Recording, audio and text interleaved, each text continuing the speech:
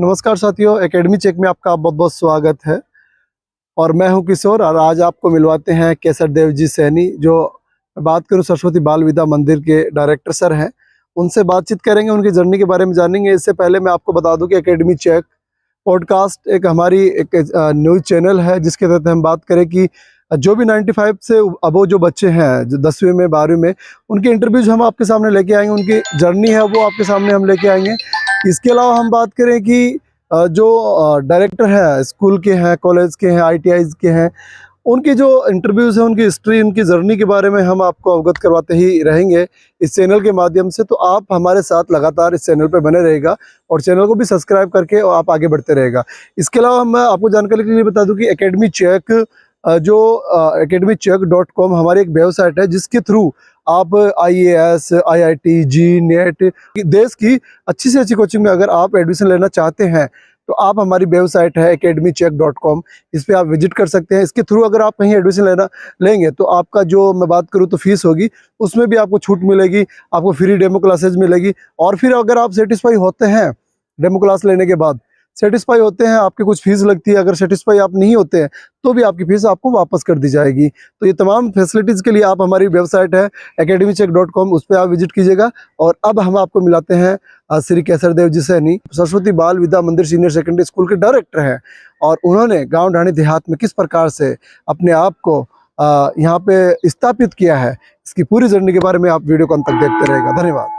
सरस्वती बाल विद्या मंदिर के डायरेक्टर सर केसरदेव जी हमारे साथ हैं, बातचीत करेंगे, इनकी जर्नी के बारे में जानेंगे, शुरुआत हुई कैसे, शुरुआत हुई, बातचीत करेंगे। सर नमस्ते।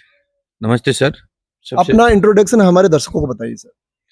सर मेरा नाम केसरदेव सैनी है जी, और मैं सरस्वती बाल विद्या मंदिर उच्च माध्यमिक विद्यालय किशोरपुरा ढेर हिंदी और अंग्रेजी माध्यम में संचालित स्कूल है जी, और यहाँ एक छोटे सा ग्रामीण क्षेत्र है किशोरपुरा, जिसमें मैं ग्रामीण क्षेत्र ढेर के अंदर एक स्कूल स्थापित कर रखी है, जी, जहाँ मैं एक स्कूल चलाता हूँ। जी, सर पहले स्कूल की शुरुआत 20 मार्च 1997 में स्थापना की थी। सर मैं बीच में रोकना चाहूँगा, स्थापना आपने किस उद्देश्य के तहत की कि आपकी जो स्कूल है वो एक ढाणी में है, वहाँ पे बहुत काफ़ी, तो कहाँ से शुरुआत हुई, कौन सी बातें थी जो आपको खींच के शिक्षा की ओर? सर मेरी पढ़ाने की रुचि तो शुरू से ही पहले थी। पहले भी मैं छोटी क्लासों में था तो कोई बच्चा पूछता तो रुचि करके मैं उसको समझाता था। दूसरी बात, यहाँ ट्यूशन करा रहा था, ट्यूशन कराते कराते यहाँ के लोगों की ममता मेरे को खींच लाई कि आप अच्छा पढ़ा रहे हो, पढ़ाओ। तो ये छोटे छोटे जो बच्चे थे उनको गार्जियनों ने बोला कि ट्यूशन तो कराते हो बड़े बच्चों को, अब हमारे छोटे बच्चों को पढ़ा दो। तो छोटे बच्चों को जैसे जैसे मैंने पढ़ाने लग गया तो वो अच्छे से पढ़े, मेरा मन लग गया। मन लगते लगते मैं उनको पढ़ाने लग गया। फिर विचार आ गया मन में कि अच्छा पढ़ा रहा हूँ, क्यों ना अपन 5वीं तक स्कूल कर लें और फिर एडजस्ट हो जाएंगे तो वापिस सरकारी स्कूल में एडजस्ट हो जाएंगे। इस तरह से मैंने शुरुआत में ही, मेरे मामा जी थे, उसका थोड़ा सा सिस्टम मेरे को मिला, बातचीत की तो बोला ठीक है भाई तेरी इच्छा है तो कर ले। तो मैंने 20 जनवरी 1997 को इस स्कूल की स्थापना की। और झूठ नहीं बोलता, मैं 1-1.5 महीने के अंदर मेरे छोटे छोटे बच्चे आए, मैंने यहाँ 80 बच्चे कर दिए थे। फिर अच्छा, स्थापना की उस समय सर 1997 में काफी, तो स्थापना की और उसके बाद में शुरुआत कहाँ से की? आपने टेंट सेट लगा के बच्चों को पेड़ के नीचे पढ़ाया? उस समय तो बहुत बड़ी समस्या थी। देखो उस समय मेरे पास पापा जी के दिए हुए दो ही भाई हैं, मकान ज्यादा थे और रहने वाले हम कम लोग थे, तो 4 मकान मैंने खाली कर लिए, उन्हीं में से पढ़ाने शुरू कर दिया। मतलब घर के जो मकान थे उन्हीं में, घर के मकानों में पढ़ाना शुरू कर दिया मैंने। जो स्ट्रेंथ बढ़ने शुरू हुई, थोड़ी बहुत पैसे फीस एकदम कम आती थी, तो इस कारण इतनी व्यवस्था नहीं थी उस समय। मतलब शुरुआत की तो उस समय में 20 रुपए मंथली लिया करता था, 20 रुपए महीने के, मतलब तो उसमें इतनी ज्यादा इनकम नहीं थी, तो घर के मकानों का उपयोग लिया। फिर बाद में मेरे पिताजी के लगाए हुए नीम थे रास्ते के सारे, उस नीमों के साथ मैंने पट्टी खड़ी कर दी, उसके रंग कर दिया ब्लैक, और उसके ऊपर लिखना शुरू कर दिया। छोटे बच्चों को फिर नीम के नीचे बैठा बैठा कर पढ़ाया करते थे। धीरे धीरे स्टाफ बढ़ाने लग गया, धीरे धीरे, और ऐसे स्टाफ बढ़ता चला गया। धीरे धीरे फिर टेंट डाल करके नीचे कच्ची मिट्टी का जो आंगना डालकर लेव लगाया, लेव भी लगाया, मेरा खुद के मेरे घर वालों का लेव लगा के हम बच्चों को बोरी बिछा कर नीचे बैठाया करते थे। एक जुनून था कि बच्चों को शिक्षित करना। बच्चों का जुनून था, मेरी लगन थी, शुरू से पढ़ाने की रुचि थी। बच्चों को पढ़ाने में बहुत खुश होता हूँ, आज भी बहुत खुश होता हूँ। कितने, मतलब ये नहीं है कि 6 घंटे पढ़ाऊँ 7 घंटे, बच्चों की रुचि हो तो मैं पढ़ाता रहता हूँ। रुचि मेरी पहले शुरू से थी। जब 10वीं 12वीं में था उस समय भी मेरे मामा जी के लड़कों को पढ़ाया करता था, रुचि थी मेरी पहले से ही। तो उसके अनुसार ही धीरे धीरे यहाँ समाज के लोग मेरे को साथ देने लग गए और पढ़ाई अच्छी कराता था तो सब मन से मेरे को आदर भाव करते थे, तो मेरा मन चला और यहीं पढ़ाने लग गया। और पढ़ाते पढ़ाते धीरे धीरे सपोर्ट हुआ, थोड़ा सा इनकम हुई, 5वीं तक मान्यता ली, 5वीं तक बाद में 8वीं तक मान्यता मिली। और 8वीं तक मान्यता मिलने के बाद में थोड़ा सा जुनून जगा, स्टाफ जगाया, तो धीरे धीरे सीढ़ी बाई सीढ़ी बढ़ने लग गए। लेकिन पहले बहुत परिस्थितियों का सामना किया है मैंने, क्यों लोग यहाँ ये सोचते थे इस स्कूल को मान्यता नहीं है, सरकारी नौकरी नहीं लगेगी इसको, यहाँ क्यों ग्रामीण क्षेत्र था, काफी अंधविश्वास था कि प्राइवेट स्कूल देखा ही नहीं था उन्होंने। एक स्कूल थी छोटी, बस उसके सिवा कोई आसपास में यहाँ स्कूल नहीं, कम थी, लोगों में विश्वास नहीं था। कि फिर धीरे धीरे उनको समझाया, उनको बताया, वो मेरे पास आए, पढ़ाया उनको। फिर बाद में धीरे धीरे जो शिक्षा बढ़ी, जो मेरे को भी जोर कम आने लग गया, पहले ज्यादा जोर आया करता था। सर, काफी परेशानियों का आपने सामना किया, और आज हम बात करें वर्तमान में 1997 में आपने संस्था की स्थापना की थी, और आज बात करें तो 2024 में आप कैसे मानते हैं उस समय का बदलाव और आज शिक्षा में कितना क्या बदलाव आया? देखो, मैं तो काफी शिक्षा में बदलाव मानता हूं, और दूसरी बात ऐसी है कि मैंने धीरे धीरे स्टेप बाय स्टेप, जैसे 2001 में 10वीं की, फिर 2007 में 12वीं आर्ट लाया, फिर 2009 में कॉमर्स लाया, कॉमर्स में बच्चे नहीं जुट पाए, रुचि नहीं दिखाई, तो फिर 2016 में साइंस लाया। साइंस लाने के बाद में मेरे स्कूल में दिन दुगुनी रात चुगुनी प्रोग्रेस है, बच्चे नीचे वाले भी अच्छे पढ़े और बड़े ऊंचे वाले ऊपर वाली क्लास वाले हैं वो भी खूब अच्छे पढ़ रहे हैं। आज जिला तहसील स्तर के ऊपर मेरे आर्ट के अंदर भी बच्चा उदयपुर तहसील स्तर टॉपर है, 97.20 है, और साइंस के 97.40 है आर्ट का, और साइंस का है 97.20, और 10वीं का है 98.33। आज भी तहसील स्तर वाले टॉपर बच्चे मेरे पास, और ऐसी बात नहीं है। 20 बच्चे 10वीं में, 21 बच्चे 10वीं में टॉपर दिए हैं, और कुछ 12वीं के अंदर दिए हैं, मेरे कुछ याद नहीं है। 12वीं आर्ट में भी टॉपर हैं, 12वीं साइंस में भी टॉपर हैं। लेकिन यहाँ आसपास के एरिया के अंदर टॉपर देने वाला स्कूल है, सिर्फ इतना ही है। ग्रामीण क्षेत्र के नाते होने के नाते लोगों की नजर में कम है, बल्कि शहरों में ज्यादा है। लोगों की फीस ज्यादा है शहरों में, यहाँ फीस कम है, इसलिए व्यवस्था थोड़ी कम है। लेकिन मैं सोचता हूँ जैसा पहले जीरो से हीरो बना है, तो ये स्कूल आगे भी पनपेगी और लगाऊं, मेरा ये कि है।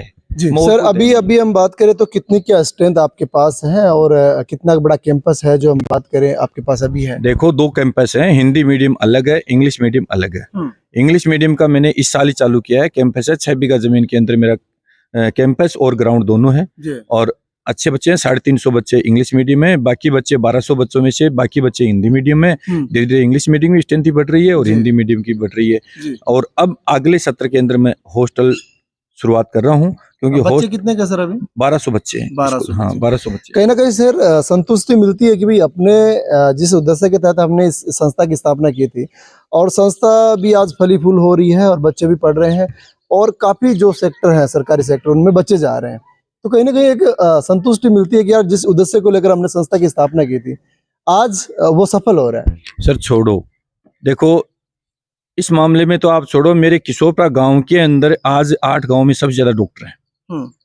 और उसकी देन सबसे पहले लोग, मैं तो गर्व की बात मानता हूँ इस चीज को, वो नहीं है, लेकिन लोग यही कहते हैं कि सबसे ज्यादा यहाँ से निकलते हैं तो डॉक्टर निकलते हैं। और आसपास के गांव किशोरपा नहीं है, चौरा है, आसपास में जो लगते मेरे पास बच्चे आ रहे हैं, उनमें सबसे ज्यादा डॉक्टर बन रहे हैं। और आगे आने वाले बच्चों, अब भी मेरे स्कूल से 42 बच्चे डॉक्टर बनने के लिए सीकर गए हुए हैं इस साल। पिछले साल गए थे 31, उससे पिछले साल 20 बच्चे गए थे। अब धीरे धीरे प्रोग्रेस हो रही है, तो ये गए हैं वहाँ सीकर या कोचिंगों में गए हैं, तो बड़ा नहीं तो छोटा तो बन के आएंगे कुछ तो। और 10वीं में भी जा रहे हैं, मेरे को खुशी होती है, मेरे पास सीनियर क्लास है, बच्चा 10वीं में जा रहा है तो बहुत अच्छा है, कुछ बनने के लिए तो जा रहा है, मैं किसी को बाध्य नहीं करता। लेकिन मैं भी कोशिश कर रहा हूँ कि 0 से हीरो बनाने के लिए यहीं ऐसी पढ़ाई देना शुरू करूँ, और समाज का साथ रहा, और यहाँ के लोगों का साथ रहा, और स्टाफ का साथ है ही। स्टाफ तो देखो 70% मेरे पास पुराना स्टाफ है, आज 20-20 साल पुराने, 25-25 साल पुराने मेरे पास मास्टर हैं। इसी कारण मेरा व्यवहार है और उनका कर्म है, वो अच्छा कर्म कर रहे हैं तो मैं रख रहा हूँ, और उनका मेरा व्यवहार उनको अच्छा लग रहा है तो मेरे पास रह रहे हैं वो, है ना। ये तो सर बुलंद हौसले नेक उनको मंजिल तक ले ही जाते हैं। इतने सालों का सफर ये आया था एक बार 2001 के अंदर कि मैंने यहाँ से जो टीचर व्यवहारिक नहीं थे उनको निकाला था, तो उन्होंने विरोध किया था, सामने स्कूल खोली थी उस समय आया था, बल्कि मेरे सामने और बाकी कोई चांस नहीं है, सब पूरे समाज का सहयोग रहा थोड़ा बहुत डाउन भी रिजल्ट आ गया तो समाज वाले मेरे को बोले अच्छा है, पढ़ाओ, आप पढ़ाते रहो। मेरे कुछ, मैं अकेला नहीं हूँ, समाज साथ में है और दे रहा है, बच्चे पढ़ रहे हैं तो खुश हैं वो कि वो हमारे पास में एक ऐसा स्कूल है, न हमारा किराया लगता है, पास में स्कूल है और एक ग्रामीण क्षेत्र के अंदर स्कूल है, तो ये बहुत खुश होते हैं कि यहाँ अपने को एक शहर जैसी पढ़ाई यहाँ मिल रही है। और ये तो शहर वालों को पता है मेरा रिजल्ट देखे, तो शहर वाले भी चकाचौंध होते हैं। फोन किया, इस साल फोन किया है, गुरुजी क्या घोल के पिलाते हो बच्चों को, क्या तो शहर में इतना रिजल्ट नहीं है, आप रह करके ऐसा रिजल्ट क्यों दे रहे हैं, कैसे दे रहे हैं? तो मैं 5 दिन की ट्रेनिंग लो मेरे पास, मैं बताता हूँ कैसे डर के अंदर ऐसा रिजल्ट आता है, कैसे तहसील स्तर टॉपर बच्चे आते हैं, पता है। लेकिन मैं दूसरा काम नहीं करता, स्कूल के ऊपर 24 घंटा होता हूँ, स्कूल के ऊपर करता हूँ। कोई साइड बाय साइड से मैं कहीं भी एक पैसा भी खरोचने का कोशिश नहीं किया। मेरे को प्रॉफिट लेना है तो स्कूल से लेना है, और मेरे को जी जान से जी जान लगाना है तो इसी स्कूल में लगाना है। जब तक मेरी जिंदगी रहेगी, जब तक स्कूल के प्रति समर्पित रहूंगा, कोई दूसरी जगह नहीं जाऊंगा। ये जब मैंने इंग्लिश मीडियम का ये कैंपस बना रहा था, उसमें कई बच्चों ने कहा यार इतने पैसे क्यों, कई आदमियों ने कि यहाँ क्यों पैसे लगा रहा है, शहर में पैसे लगा यार। नहीं, मैंने यहाँ समाज का पैसा कमाया, समाज में लगाऊंगा और समाज के अंदर ही रहूंगा। मैं कहीं शहर में नहीं जाऊंगा। कई लोग कमा करके शहरों में बसना चाहते हैं, शहर में बस जाऊं, वहां बच्चों को पढ़ाऊं, वहां रहूं। पढ़ाई यही टीचर शहर में पढ़ाते हैं, यही डैर में पढ़ाते हैं। लोगों का नजरिया ऐसा बन गया है कि शहर में पढ़ाई अच्छी होती है, लेकिन उसको मैं करके दिखा रहा हूँ कि शहर में नहीं, डैर में पढ़ाई होती है।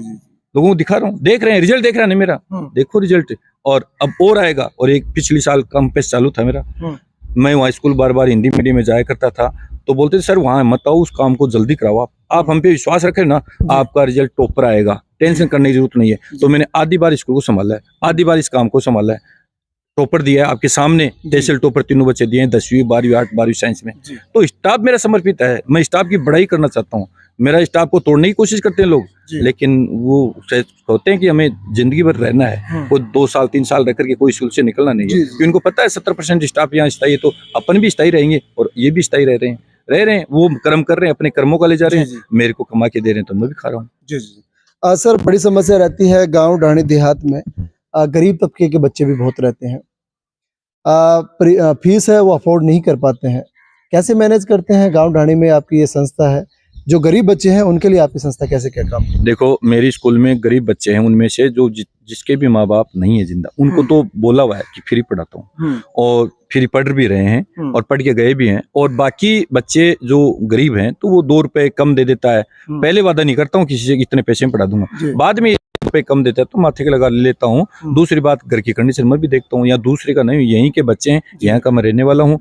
और दूसरी बात है, ये स्कूल है, ये व्यापार नहीं है, इसको सामाजिक तरीके से मैं देखता आया हूँ और आगे सामाजिक तरीके से देखूंगा।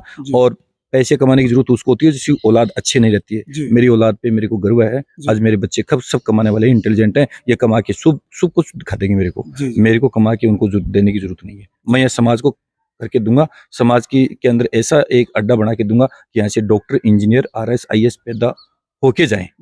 ये व्यवस्था भी आगे मैं हो सके तो करूंगा। सर, मैं बात करूँ, गांव ढाणी में आपकी संस्था है और अभी जो आपने ठाना था वो तो आपने करके दिखाया, जीरो से हीरो बनने की कहानी यहाँ पे है।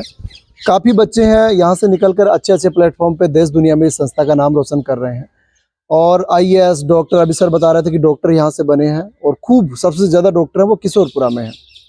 अभी कैसे देखते हैं कि भाई आगे हमें इन फ्यूचर ये करना है, और कितने क्या सेटिस्फाई हैं अब तक के कार्यकाल में, और आगे के फ्यूचर के बारे में हमें थोड़ा बताइए। देखो, डॉक्टर खूब बन गए, इंजीनियर बन गए। अब की बार 1 जुलाई को ही मैंने स्कूल में प्रार्थना में घोषणा कर दी थी कि अब डॉक्टर इंजीनियर की तरफ कम ध्यान दो, RS IAS की तरफ ध्यान दो, क्योंकि अभी एक दिल्ली वाली वो क्या नाम था उसका कोचिंग का, वो जयपुर में खुली है, तो बच्चों को बता दिया वहाँ खुली है। अब अपने को जयपुर की तरफ मुँह करना है, जयपुर जाना है और RS IAS के सपने लेने, और सपने दिखाए हैं।